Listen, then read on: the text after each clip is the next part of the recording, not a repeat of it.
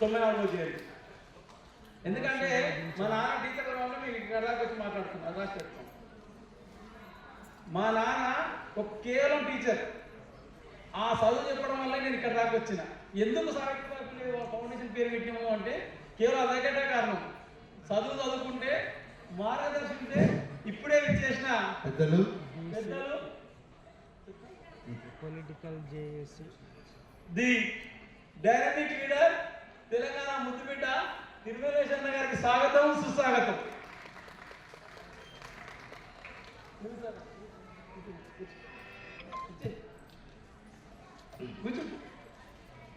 ఇందులో ఇద్దరు చైర్మన్ అయ్యేటోళ్ళు ఉన్నారు. వాళ్ళిద్దరు పరిచయం చేసి ఇప్పుడే ఒక ఆయన రాజ్యాల యుగధర్మరావు గారు అతి త్వరలో చైర్మన్ అవుతాడు స్టేట్కి. ఇంకొక ఆయన అవుతాడు ఇండియా తిరుమలేశ్వరాడు, బోయే తిరుమలేశ్వరాడు. గట్టిగా సపోర్ట్ కూడా ఇద్దరికి. మన సావిత్రిబాయి రోజు ఏదో ఒక స్పెషల్ ఉన్నారు మనకు.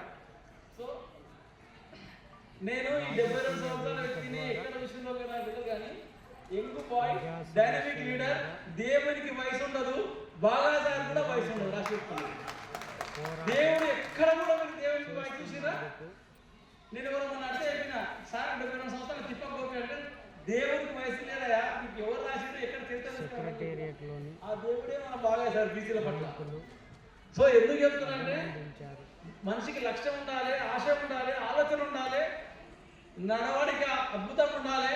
అదే విజయానికి తొలిమెట్టు అవుతుంది. అదే సావిత్రిబాయి పూలే కోసం జ్యోతిరావు పూలే గారు చేసిన త్యాగం అది. ఆనాడు త్యాగం చేయకపోతే నా భార్యనే ఇంటికి పొందేయాలనుకుంటే ఆమెకు చదువు వచ్చేది కాదు.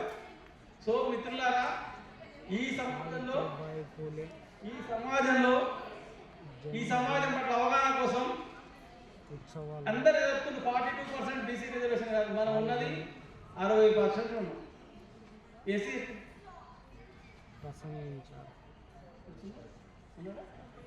మిత్రులారా, చిన్న విషయం.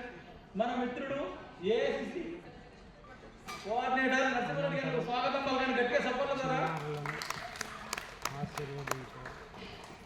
మనం ఎవరు వచ్చినా గౌరవించుకోవాలి. మన స్పీడ్ తప్ప తర్వాత విషయం. అందుకే రేవంత్ రెడ్డి మా ఆలోచన మా జిల్లాలో ఏం చేసిండు, డిప్యూటీసీ వచ్చిండు, ఎమ్మెల్సీ అయ్యిండు, ఎమ్మెల్సీ అయినాక ఎంపీ, ఎమ్మెల్యే అయ్యిండు, ఎమ్మెల్యే అయినాక ఎంపీ అయ్యిండు, ఎంపీ అయినాక డైరెక్ట్ ముఖ్యమంత్రి అయ్యిండు. అసలు ఊహించిన వ్యక్తి ఏదంటే మా కృష్ణ మాట్లాడి జిల్లాలో. సో ఎందుకు చెప్తున్నా అంటే పట్టుదల, ఆశయం, లక్ష్యం ఉండాలి. ఇంతకుముందు ఒక అమ్మాయి సావిత్రిబాయిలో వేషం వేసుకొని వచ్చింది. ఆ సావిత్రిబాయిలో నేను చూసా కానీ అమ్మాయిలో కూడా అయితే చూసిన. నేను రాష్ట్రపతికి లెటర్ రాసింది, ఈ రాష్ట్ర ముఖ్యమంత్రిని వేడుకుంటున్నాం అయ్యా. రెండో డిమాండ్, ఇంతమంది మహిళలు వచ్చిన నుంచి వాళ్ళందరిలో ఒక్కటి నీకు నచ్చిన వ్యక్తికి ఎమ్మెల్సీ అయ్యా ముఖ్యమంత్రి గారు.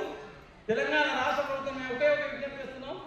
మహిళా దినోత్సవం ఏదైతే ఉమెన్స్ టీచర్ డే అన్నాం కదా, దానికి ఆదర్శం ఉండాలి, నిలవాలంటే మా సావిత్రిబాయి పూలే ఫౌండేషన్ చేసిన ఎవరు నచ్చితే వాళ్ళకు మీరు ఒక ఎమ్మెల్సీ చేయాల్సిన విజ్ఞప్తి. మీకు నచ్చితే సపోర్ట్ కొట్టండి. ఇంకొక మూడో డిమాండ్ ఉంది, ఇది వినాల్సిందే మీరందరూ.